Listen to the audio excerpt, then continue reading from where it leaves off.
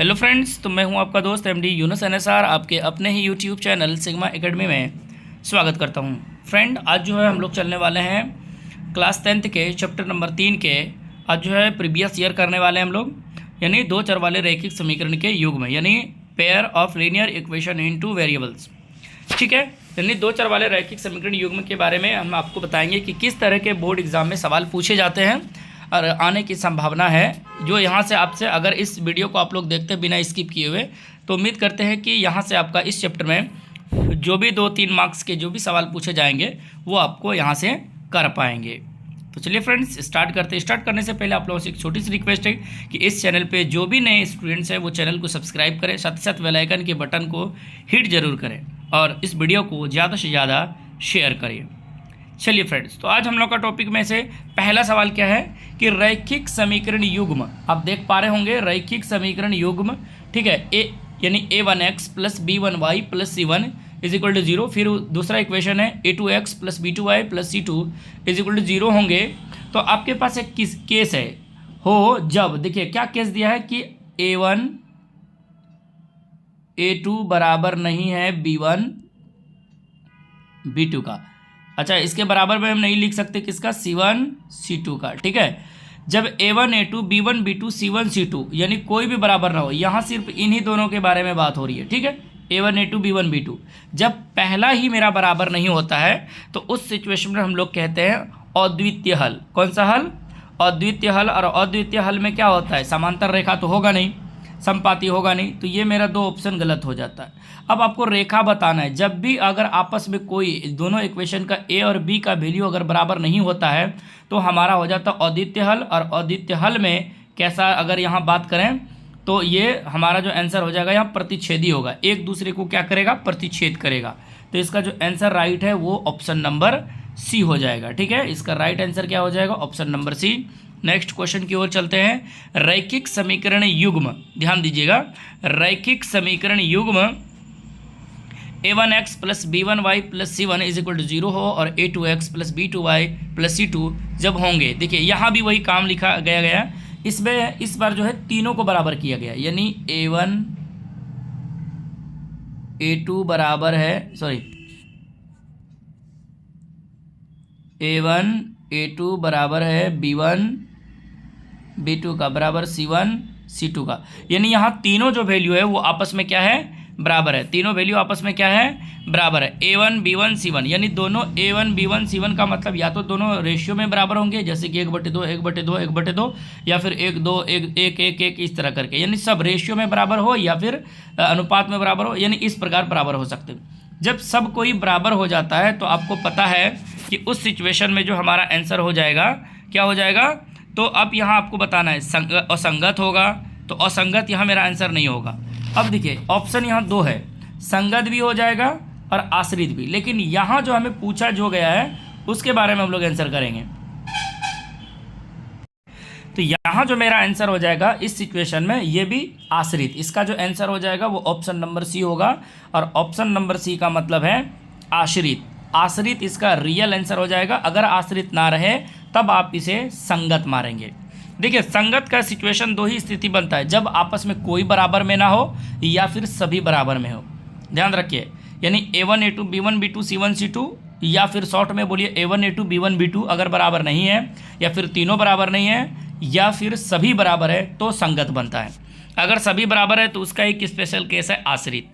चलिए नेक्स्ट की ओर, question number 3 की ओर चलते हैं। देखिएगा 3 में क्या कहता है कि रैखिक समीकरण युग्म, ये आपको दिया हुआ, ये दोनों जब कहता है a1 a2 b1 b2 c1 c2, देखिए इन दोनों में पहला दोनों बराबर है लेकिन तीसरा वाला बराबर नहीं है, यानी a1 a2 बराबर है b1 b2 का। देखिए ये दोनों पहला बराबर है, पहला दोनों बराबर है, लेकिन जो ये तीसरा है ना ये बराबर नहीं है c1 c2। और जब आपको पता है कि अंतिम वाला बराबर नहीं होता है, ठीक है, आपको पता है कि जब अंतिम वाला बराबर नहीं होता है तो इसका जो आंसर हो जाएगा हमारा क्या हो जाएगा, तो समांतर रेखाएं हो जाएंगे। समांतर रेखा का मतलब दोनों रेखाएं आपस में कभी मिलेगा नहीं, ये वाला समांतर रेखा है। और याद रखिए ये असंगत भी होता है और ये विरोधी होता है। नेक्स्ट क्वेश्चन की ओर चलते हैं, क्वेश्चन नंबर 4। क्वेश्चन नंबर 4 कहता है रैखिक समीकरण युग्म, सुनिएगा, रैखिक समीकरण युग्म ये और ये आपको दो इक्वेशन दिए गए हैं, कहते हैं संगत होंगे। देखिए संगत पूछ रहा है इस बार, तो किस सिचुएशन में संगत होंगे, जैसे आपको दिया है A1 A2 B1 B2 C1 C2 होंगे, तो इसमें सब क्या दिया गया है आपको, सब बराबर है। देखिए जब सब बराबर होगा तो संगत होगा, लेकिन संगत में कैसे होंगे, तो आप याद रखिए आश्रित होंगे। कैसे होंगे, आश्रित होंगे। इसका जो ऑप्शन नंबर है मेरा 4 का सी आंसर सही हो जाएगा। क्वेश्चन नंबर 5 की ओर चलते हैं हम लोग। क्वेश्चन नंबर 5 कहता है कि A1 A2 B1 B2 बराबर है, लेकिन देखिए अंतिम वाला बराबर नहीं है, तो रैखिक समीकरण युग्म में कोई हल नहीं होगा। कोई हल नहीं का मतलब क्या है, ये आपको तब जब कोई हल नहीं होगा तब आपको बताना ये कैसा बनता है, विरोधी बनता है, अविरोधी, संगत। तो पहली बात संगत होगा नहीं और अविरोधी होगा नहीं, क्योंकि विरोधी क्या होगा, ये विरोध करेगा, क्योंकि ये एक दूसरे को प्रतिच्छेद नहीं करेगी, ना कोई रेखा जो है एक रेखा दूसरे रेखा को ओवरलैप करेगा, तो ये क्या करेगा, आपस में विरोध करेगा। क्यों विरोध करेगा, ये देखिए विरोध क्या होता है, बराबरों में क्या होता है, कंपटीशन करना, कंपटीशन करना, ये कंपटीशन हो रहा है तो विरोध इसी में न करेगा, तो ये क्या हो जाएगा, मेरा आंसर ए नंबर हो जाएगा, विरोधी।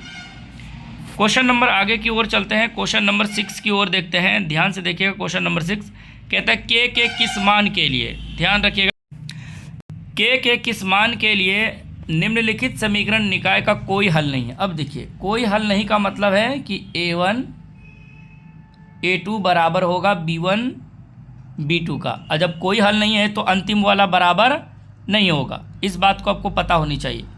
इसका मतलब ये कोई हल नहीं का मतलब C1 C2। अब यहाँ आपका K का वैल्यू पूछा गया है और आपको सिचुएशन ये दिया हुआ है कि आपका A से नहीं बल्कि यहाँ से ज्ञात करना। जैसे कि आप 3 बटे इसका 3 रखें और इसके नीचे में 6 बराबर करें -1 और इसका माइनस में 2 और इसका बराबर करें 5 और इसका नीचे में बराबर करें K। आपसे पूछा गया है K का वैल्यू, तो इसको गुना करेंगे तो K कम K 5 दूनी हो जाएगा 10। ठीक है, यहाँ आपको क्या करना है, यहाँ जो है यहाँ सब कोई हल नहीं का मतलब यहाँ हो जाना चाहिए हल है, ठीक है, या फिर एक हल है इस प्रकार से, या फिर अनंत हल है हो सकता था। ठीक है, तो याद रखिए इसको जब भी K का मान दे आपको A1 A2 B1 B2 C1 C2 सब बराबर कर लेना है, करके जो क्रॉस मल्टीप्लाई करेंगे वो आपका आंसर हो जाएगा, जैसे ऑप्शन नंबर डी। आगे की ओर चलते हैं, इसी में आगे की ओर क्वेश्चन देखते हैं। क्वेश्चन नंबर 7 देखिए आप लोग, कहता है समीकरण निकाय x + y = 2 और 2x + ay = 4 के अनगिनत हल है। देखिए अनगिनत हल पूछ दिया ना। अब अनगिनत हल कब होता है, तो इस पहले सिचुएशन को समझिए कि जब A1 A2 आपस में बराबर होगा B1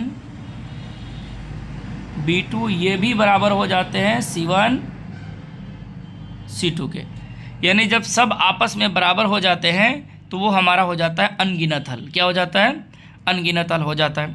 और जब अनगिनत हल हो गया तो हमें अब देखिए वैल्यू पूछा कहाँ गया से, यानी आप चाहे तीनों का वैल्यू रख सकते हैं। जैसे कि अगर मैं इसकी बात करूँ, x के आगे कुछ नहीं तो क्या है 1 बटे, यहाँ देखिए तो क्या दिख रहा है 2, बराबर कर दीजिए।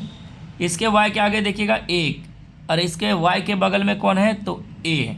ठीक है, अब अगर हम इसे बराबर कर भी दें 2/4 तो बात वही पड़ेगा। ठीक है, देखिए तो 2 × 2 2 दूनी 4, क्या फ़र्क पड़ा, चाहे आप a में इधर से बराबर करें या फिर a से। तो हम क्या करते हैं, अंतिम वाला काट देते हैं, इन दोनों में गुना करते हैं। a को अगर 1 से गुना कीजिएगा तो हो जाएगा आपका a बराबर कितना लिखिएगा, 2 × 2, तो a बराबर कितना हो जाएगा आपका 2।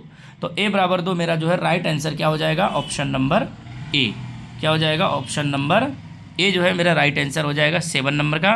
क्वेश्चन नंबर हम 8 की ओर चलते हैं। लिखा गया है कि समीकरण निकाय आपको इस प्रकार दिया हुआ है, 2 इक्वेशन का स्ट्रक्चर।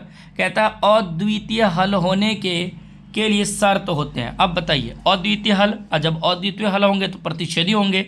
अब प्रतिच्छेदी का मतलब आपस में पहला दूसरा ही बराबर ना हो या फिर इनमें से कोई भी बराबर ना हो, तो इसका आंसर क्या हो जाएगा, सी।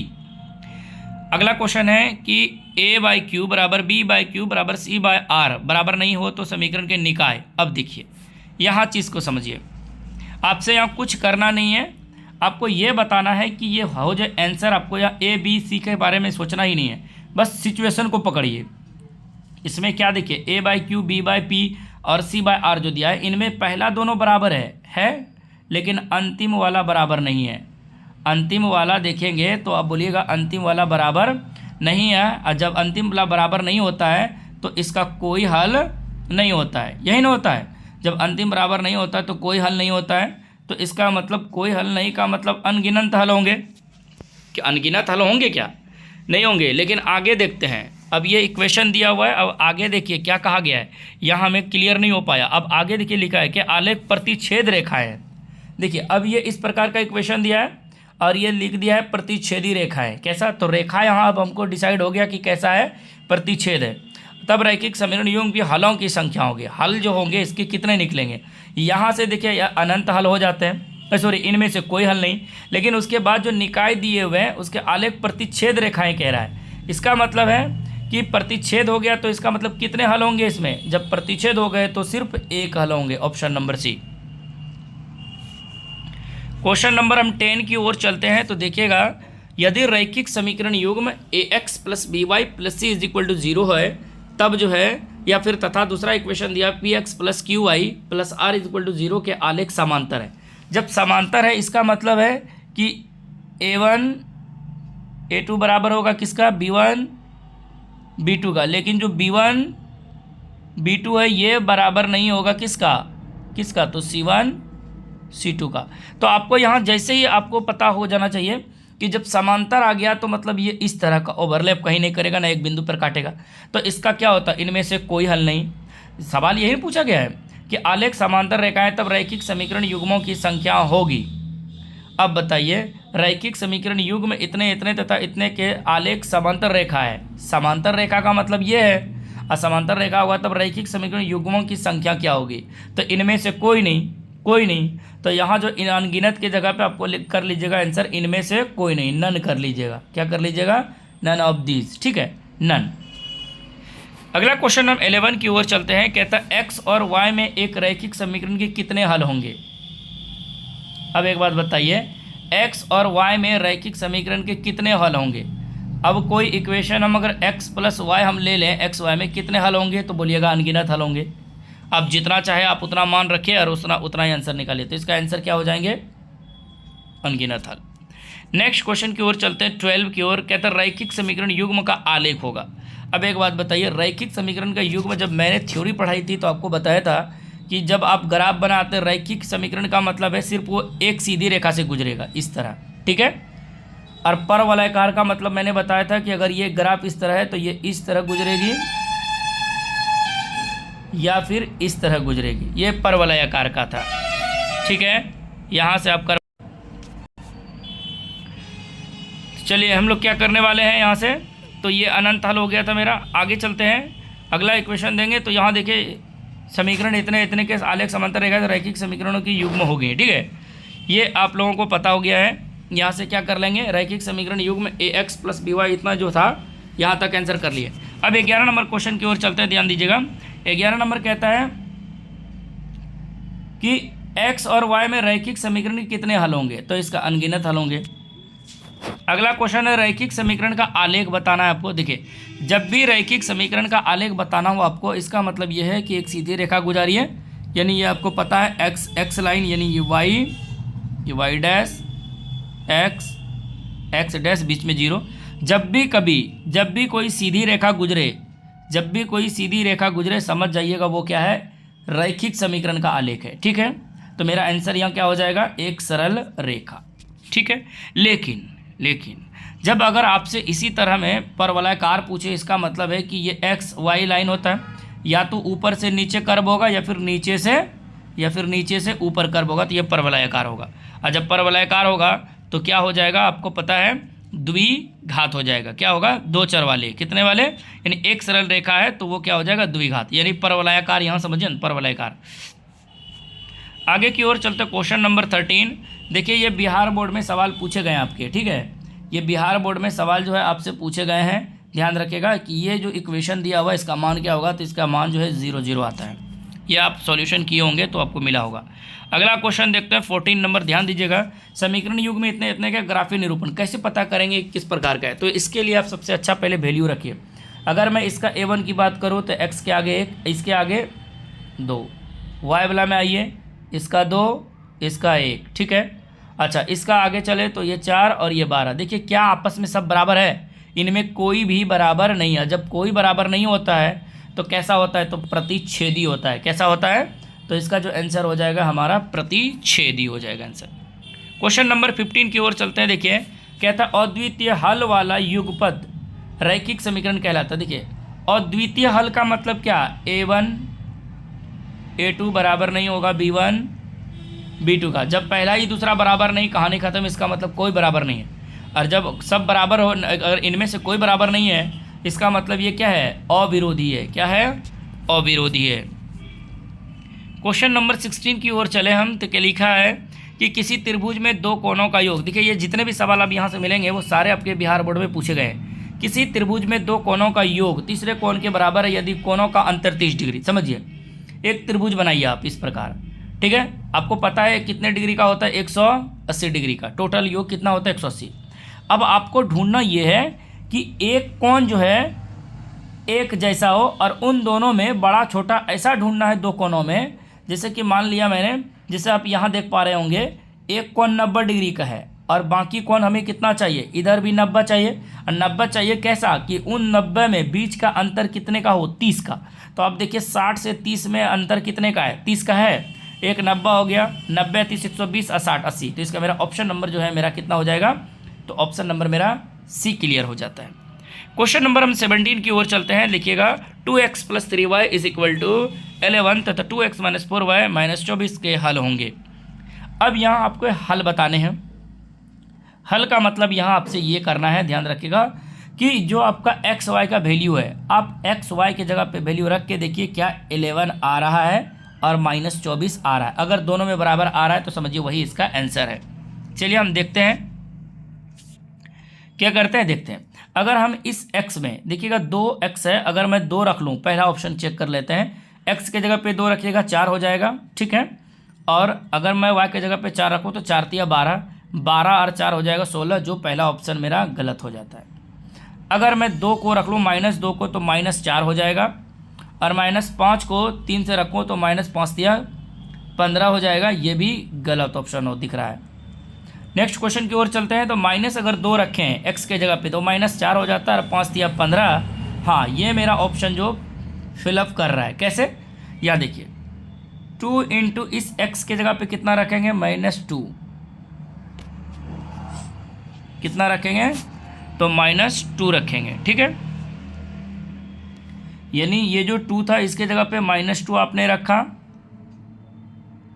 प्लस में 3 है, 3 रखा, और y के जगह पे आपने क्या रखा, 5 दिया हुआ है, ये देखिए। तो अब यहाँ माइनस में कितना हो जाएगा, 4, अब प्लस में 5 दिया हो जाएगा 15, घट के कितना हो जाएगा 11। तो ये मेरा 11 पहला ऑप्शन सही हो जा रहा है। अब यही वैल्यू अब इस इक्वेशन में रखिए, क्या दिखे, ये 24 आ रहा माइनस में। अगर देखते हैं तो y के जगह पे -4 और ये हो जाता है 4, 2 दूनी 4, अब 5 20 24। इसका मतलब ऑप्शन नंबर जो है मेरा सी सही हो जाता है, ऑप्शन नंबर। तो इस तरह के मान के लिए आपको क्या करना है, वैल्यू रख के चेक करना है। अगला क्वेश्चन देखते हैं। प्रथम पाद में स्थित किसी बिंदु की x अक्ष से दूरी कहलाएगा। अब बताइए x अक्ष से दूरी कहलाएगा, इसका मतलब x का मान है। x अक्ष से दूरी इसका मतलब है, देखिए समझिए, x अक्ष से दूरी मतलब ये, अरे इसका मतलब x 0 होगा तो y का मान न कहलाएगा। और y का मान हमारा क्या होता है, कोटि। क्या होता है मेरा, कोटि। क्या कहते हैं उसको, प्रथम पाद में स्थित किसी बिंदु की x अक्ष से दूरी। तो इसका मतलब x अक्ष से दूरी जाएंगे तो किसकी ओर जाएंगे, y की ओर।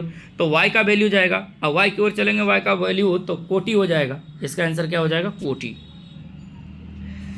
अगला क्वेश्चन 19 नंबर है। कहता है यदि समीकरण इतने इतने इतने के एक अद्वितीय हल है। अद्वितीय हल का मतलब पता है कि कोई बराबर नहीं है, ठीक है, कोई भी बराबर नहीं है। तो इस सिचुएशन में आपको किसका मान बताना है, k का। तो इसके लिए आपको करना कुछ नहीं है, वैल्यू रखते जाना है। जैसे कि अब यहाँ देखिए, अगर मैं इस x के आगे देखिए तो कुछ नहीं तो 1, अच्छा इसके आगे देखिए x के नीचे 3 बराबर नहीं है, तो अभी लिख लेते हैं -2/k, और इसके भी लिख लेते हैं 3/1।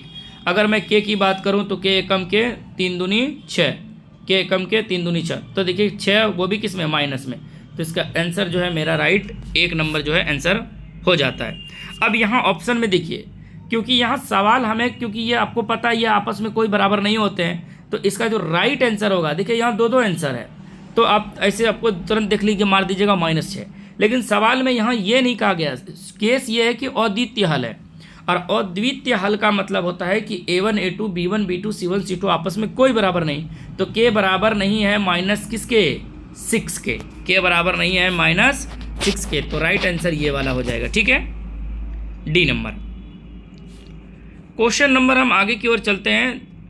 यदि रैखिक समीकरण युग्म का असंगत है, रैखिक युग्म कैसा है, असंगत है, और उसे निरूपित करने वाली रेखाएं होगी। देखिए असंगत का मतलब ये है कि वो संगत नहीं, तो असंगत का मतलब होता है कौन, जो समांतर होता है, जो कोई हल नहीं होता है, जो कोई हल नहीं होता है, कोई हल नहीं, और जब कोई हल नहीं होता है उसे हम लोग क्या कहते हैं, समांतर। क्या कहते हैं, समांतर। तो 20 नंबर का जो मेरा आंसर हो जाएगा वो ए नंबर हो जाएगा। अगला क्वेश्चन देखते हैं 21।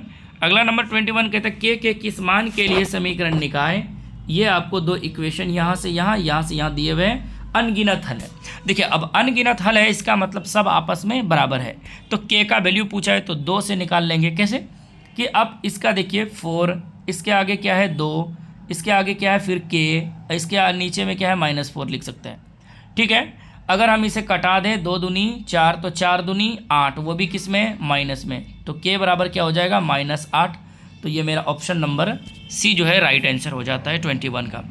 अगला क्वेश्चन देखते हैं 22। जब आप क्वेश्चन देखेंगे रैखिक समीकरण युग्म में इतने यानी x + 3y - 4 = 0, 2x + 5y - 1 बराबर 0 है, तो ये किस प्रकार का इक्वेशन है, जैसे चेक करते हैं। तो एक इसके x के आगे, इस x के आगे क्या है 2, अभी बराबर लिखते हैं, इसके आगे है 3, और इसके आगे हम क्या लिख सकते हैं -5, इसके आगे देखिए तो -4, और इसके आगे क्या है -1। ये आपके पास इक्वेशन।